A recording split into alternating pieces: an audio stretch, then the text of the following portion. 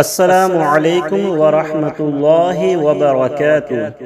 امید کرتے ہیں دوستو آپ سب خیر و عافیت سے ہوں گے۔ دوستو آج کی اس ویڈیو میں ہم آپ کو ایک ایسا عمل، ایک ایسا وظیفہ بتانے والے ہیں، یعنی سنانے والے ہیں کہ جس سے انشاءاللہ عز و جل آپ کی تمام پریشانیاں دور ہو جائیں گی۔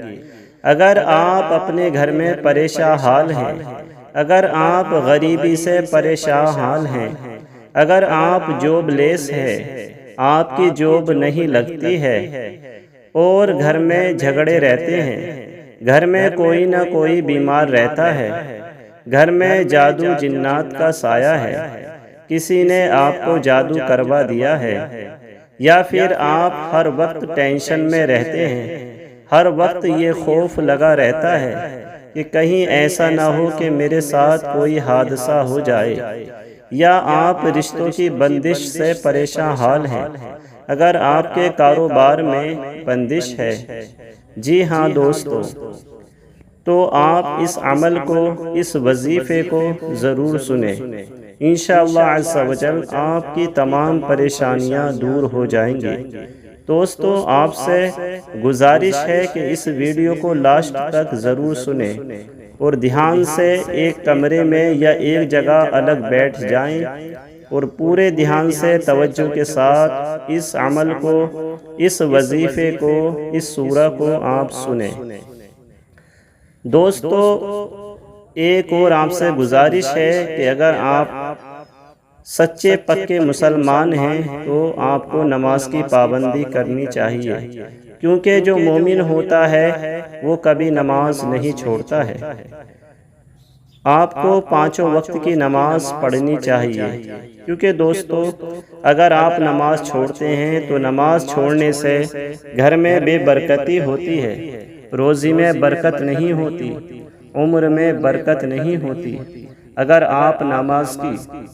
آپ نماز کی پابندی کریں گے تو انشاءاللہ عز و جل اس کی برکت سے آپ کی تمام پریشانیاں دور ہو جائیں گی۔ اور دوستو اگر آپ کے کوئی رشتہ دار ہیں یا آپ کے ساتھی ہیں، آپ کے دوست ہیں، فرینڈز ہیں، وہ بھی اگر پریشان حال ہیں، بیمار ہیں، تو ان کو بھی یہ ویڈیو آپ ضرور شیئر کریں، کیونکہ ہو سکتا ہے آپ کے ایک شیئر سے کسی کی زندگی بدل جائے، اور ثواب کی نیت سے اسے زیادہ سے زیادہ شیئر کریں، ثواب کی نیت سے اس ویڈیو کو خوب شیئر کریں۔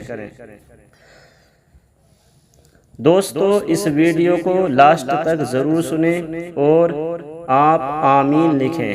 کمنٹ باکس میں آپ کو آمین لکھنا ہے، کیونکہ پتہ نہیں کس کی آمین اللہ عز و جل قبول فرما لے اور ہم سب کا بیڑا پار ہو جائے۔ تو دوستو آپ کو آمین کمنٹ باکس میں لکھنا ہے۔ تو آئیے بنا کسی دیری کے یہ عمل شروع کرتے ہیں۔ ہم پڑھیں گے اور آپ کو دھیان سے سننا ہوگا۔ آئیے شروع کرتے ہیں۔ بسم اللہ الرحمن الرحیم۔ یاسین والقرآن الحکیم انک لمن المرسلین علی صراط مستقیم تنزیل العزیز الرحیم لتنذر قوما ما انذر آباؤهم فهم غافلون لقد حق القول على أكثرهم فهم لا يؤمنون إنا جعلنا في أعناقهم أغلالا فهي إلى الأذقان فهم مقمحون وجعلنا من بين أيديهم سدا ومن خلفهم سدا فأغشيناهم فهم لا يبصرون وسواء عليهم أأنذرتهم أم لم تنذرهم لا يؤمنون إنما تنذر من اتبع الذكر وخشي الرحمن بالغيب فبشره بمغفرة وأجر كريم. إنا نحن نحيي الموتى ونكتب ما قدموا وآثارهم وكل شيء أحصيناه في إمام مبين. واضرب لهم مثلا أصحاب القرية إذ جاءها المرسلون إذ أرسلنا إليهم 2 فكذبوهما فعززنا بثالث فقالوا إنا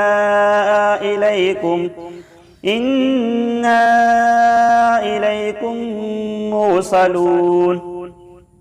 قالوا ما أنتم إلا بشر مثلنا وما أنزل الرحمن من شيء إن أنتم إلا تكذبون.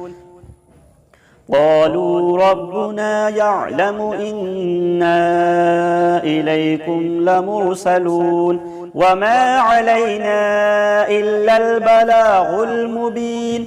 قالوا إنا تطيرنا بكم لئن لم تنتهوا لنرجمنكم وليمسنكم منا عذاب أليم.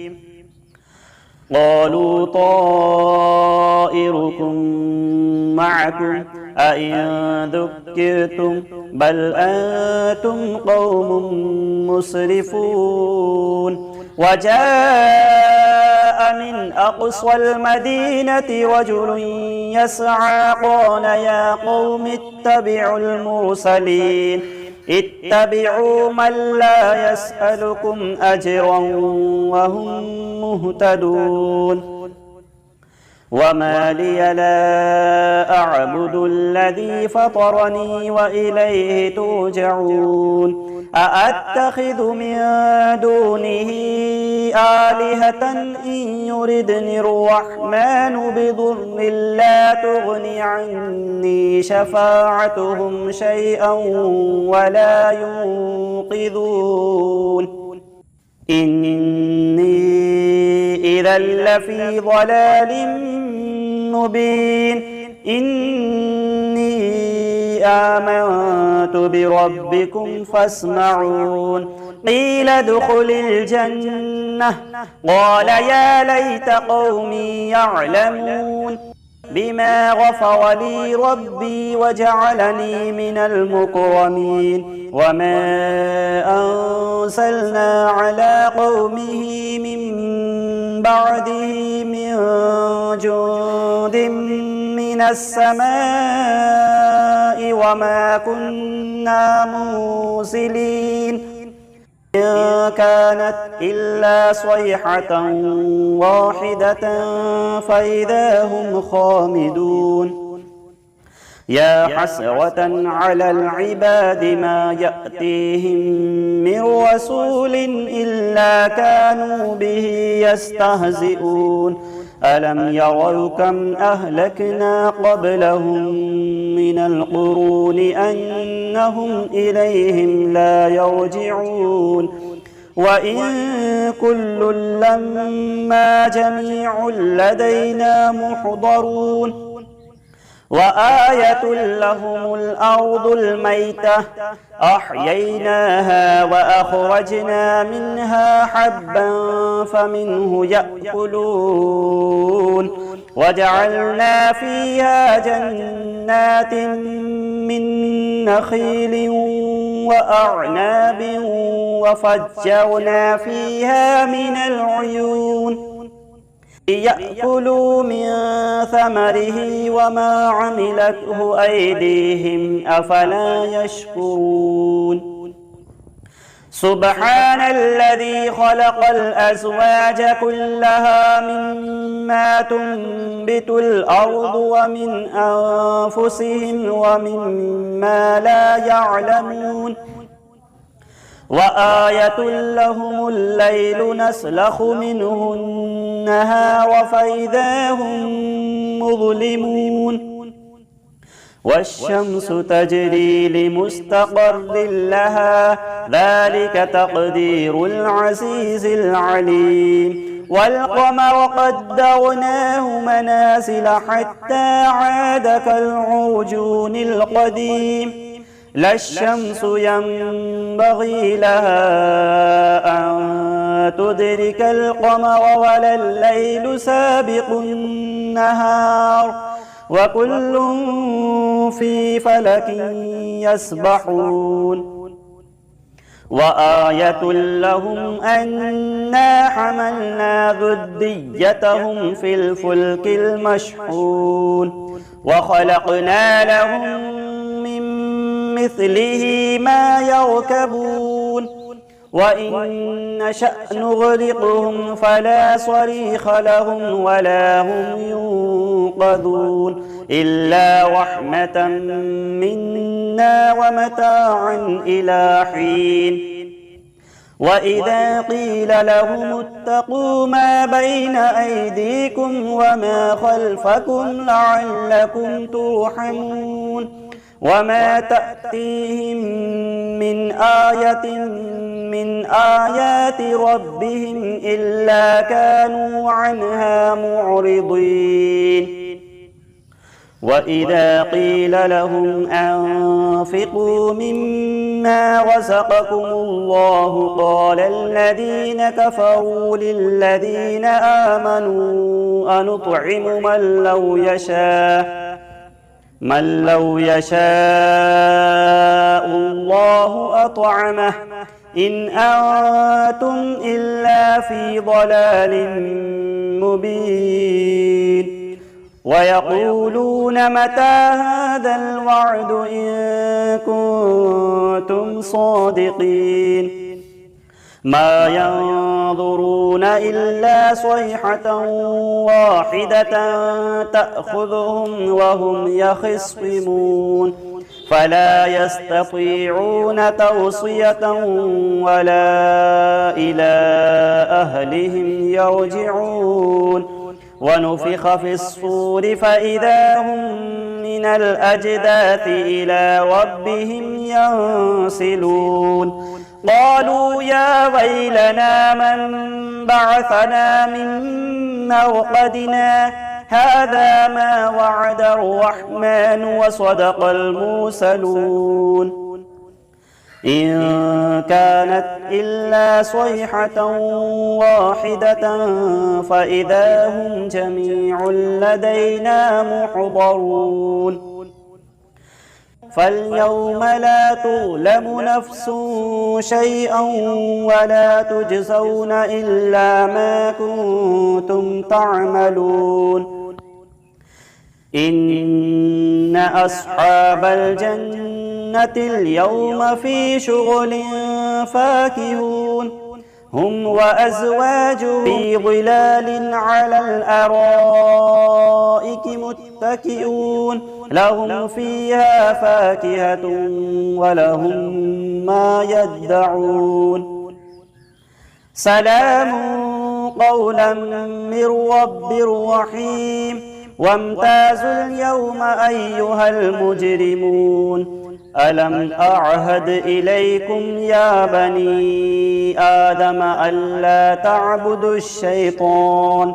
إنه لكم عدو مبين وأن اعبدوني هذا صراط مستقيم ولقد أضل منكم جبلا كثيرا أفلم تكونوا تعقلون هذه جهنم التي كنتم توعدون اصلوها اليوم بما كنتم تكفرون اليوم نختم على أفواههم وتكلمنا أيديهم وتشهد أرجلهم بما كانوا يكسبون ولو نشاء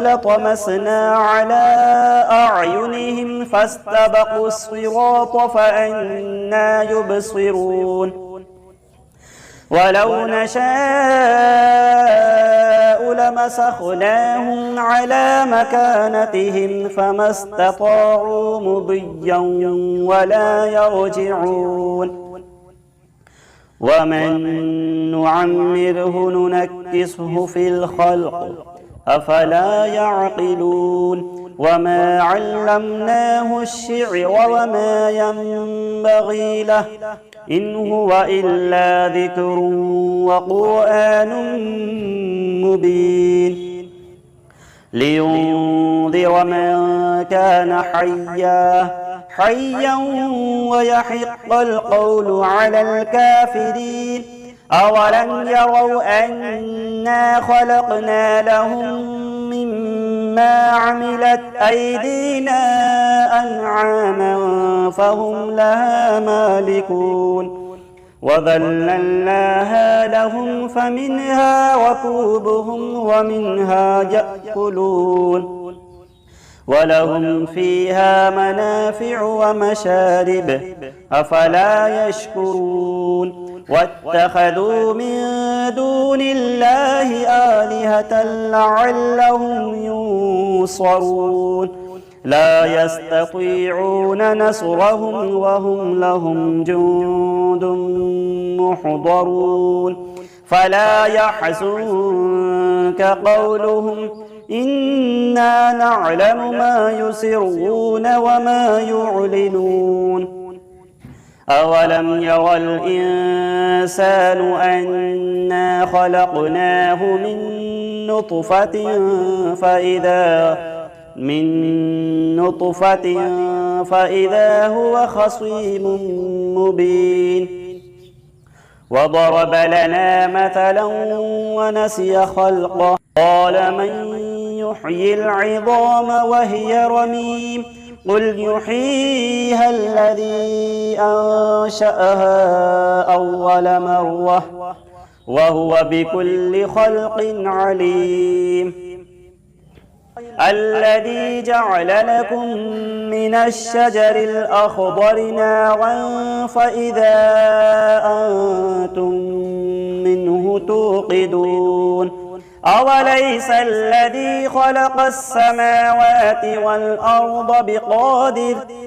والأرض بقادر على أن يخلق مثلهم بلى وهو الخلاق العليم إنما أمره إذا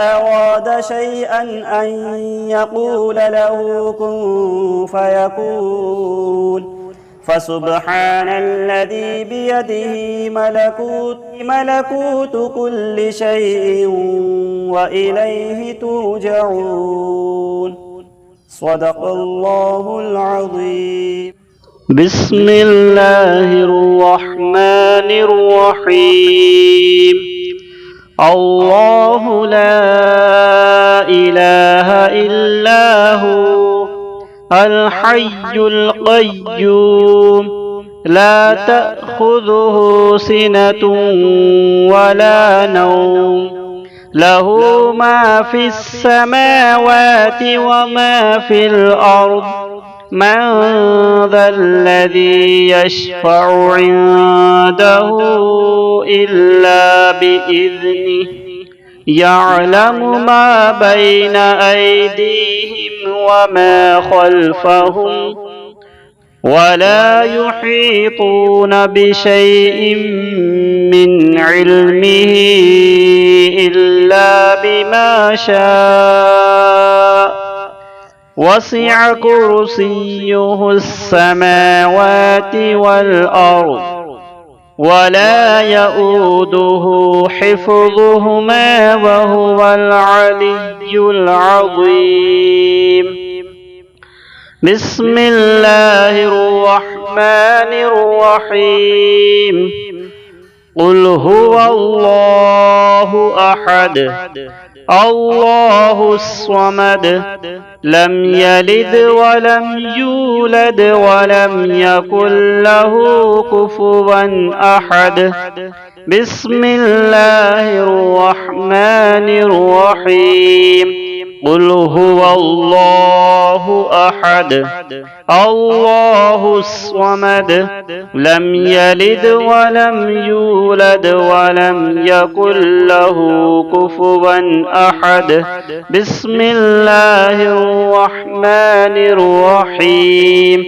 कुल हुवल्लाहु अहद अल्लाहुस्समद लम यलिद वलम यूलद वलम यकुल लहू कुफुवन अहद। बिस्मिल्लाहिर्रहमानिर्रहीम। अल्हम्दुलिल्लाहि रब्बिल आलमीन अर्रहमानिर्रहीम मालिकि यौमिद्दीन। इय्याक नअबुदु व इय्याक नस्तईन इहदिनस सिरातल मुस्तकीम सिरातल लज़ीना अनअमता अलैहिम गैरिल मग़दूबि अलैहिम वलद्दाल्लीन।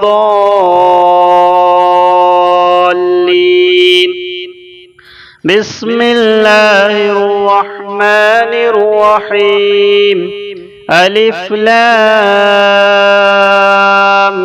मीम।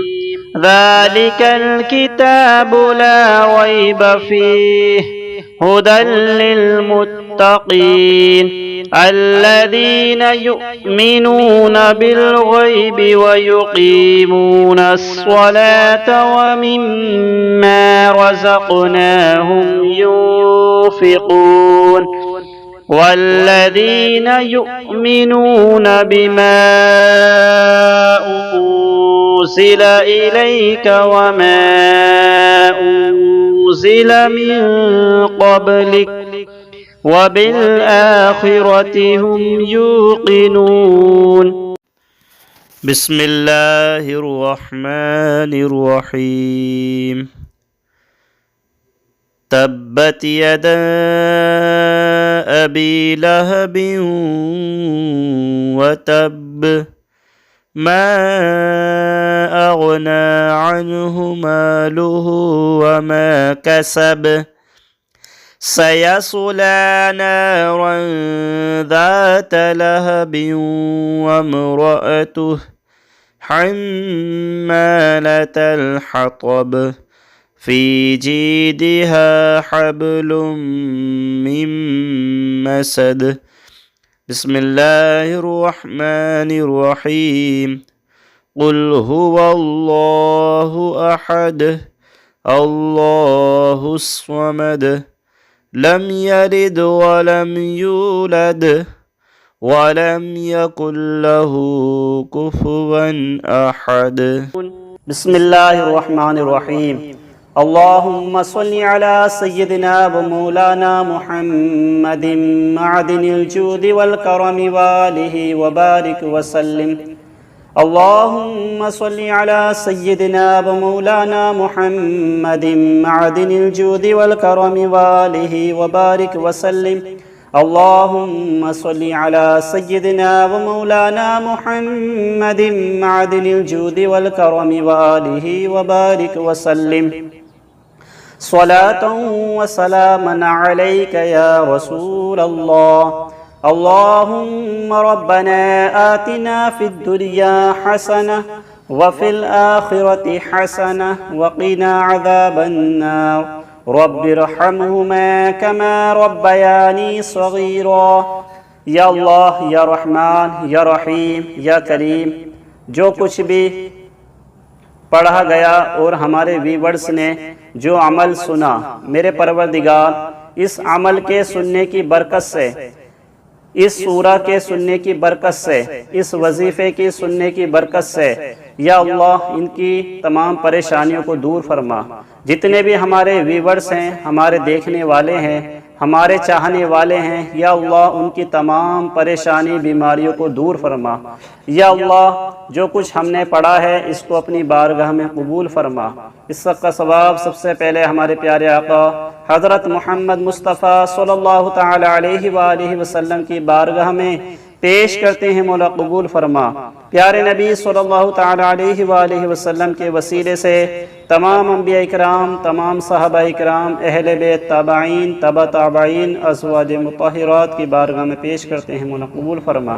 حضرت الشیخ عبد القادر جیلانی غوث اعظم دستگیر بڑے پیر صاحب کی بارگاہ میں پیش کرتے ہیں، مولا قبول فرما۔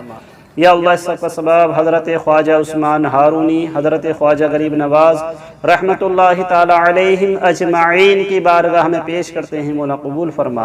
یا اللہ اس کا سبب جتنے بھی سلاسل کے بزرگان دین آئے ہیں، اولیاء کرام آئے ہیں، تمام کی بارگاہ میں پیش کرتے ہیں، مولا قبول فرما۔ بالخصوص ہمارے پیر و مرشد حضرت اختر رضا خان حدود تاج الشریعہ رحمت اللہ تعالی علیہ کی بارگاہ میں پیش کرتے ہیں، مولا قبول فرما۔ یا اللہ میرے پروردگار والمؤمنین والمؤمنات والمسلمین والمسلمات کی ارواح کو اس کا ثواب نظر کرتے ہیں، مولا قبول فرما۔